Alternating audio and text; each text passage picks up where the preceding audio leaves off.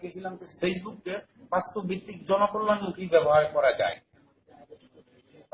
আল্লাহ পাকের অশেষ শুকরিয়া, প্লাস আপনাদের প্রতিও কৃতজ্ঞতা।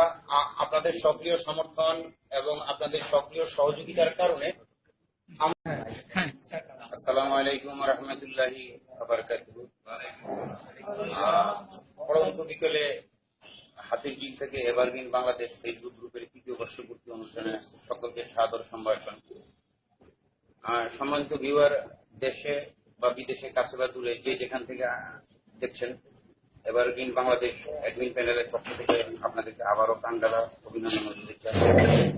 সম্মানিত বন্ধুগণ, আপনারা জানেন সকলের প্রিয় এভারগ্রিন বাংলাদেশ ফেসবুক গ্রুপ 13/11/2015 তারিখে প্রতিষ্ঠার পর থেকে হাঁটি হাঁটি পা পা করে আজকে আমরা 2,32,00,000+ সদস্যের সর্ববৃহৎ ফেসবুক পরিবার। আমরা মূলত গ্রুপ প্রতিষ্ঠার শুরু থেকেই আমরা চেয়েছিলাম যে ফেসবুকের ইতিবাচক ব্যবহার। আমরা আসলে প্রচলিত লাইক কমেন্টস এই ধারাগুলোতে না গিয়ে আমরা চেয়েছিলাম যে ফেসবুককে বাস্তব ভিত্তিক জনকল্যাণমুখী ব্যবহার করা যায়। আল্লাহ পাকের অশেষ শুকরিয়া, প্লাস আপনাদের প্রতিও কৃতজ্ঞতা।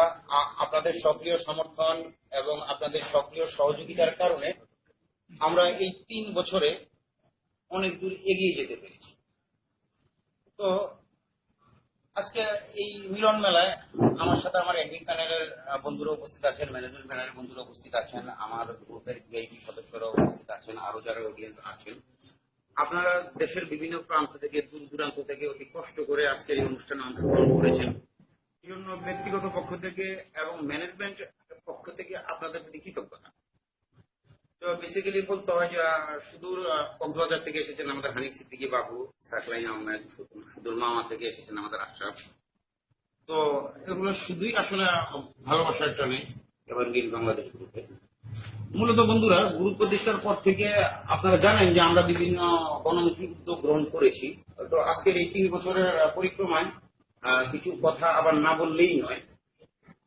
যে আমরা চেষ্টা করেছি সবসময় নির্ভুল এবং গুজব বহির্ভূত তথ্য সহায়তা দিতে। আপনারা জানেন যে ফেসবুক আসলে যে প্রেক্ষাপট থেকে শুরু হয়েছিল, বর্তমান প্রেক্ষাপট কিন্তু আসলে ফেসবুকের তা নেই। সেই মার্ক জুকারবার্গের শুরুর ফেসবুক আর বর্তমান ফেসবুক দুটার আবেদন কিন্তু অনেক পার্থক্য।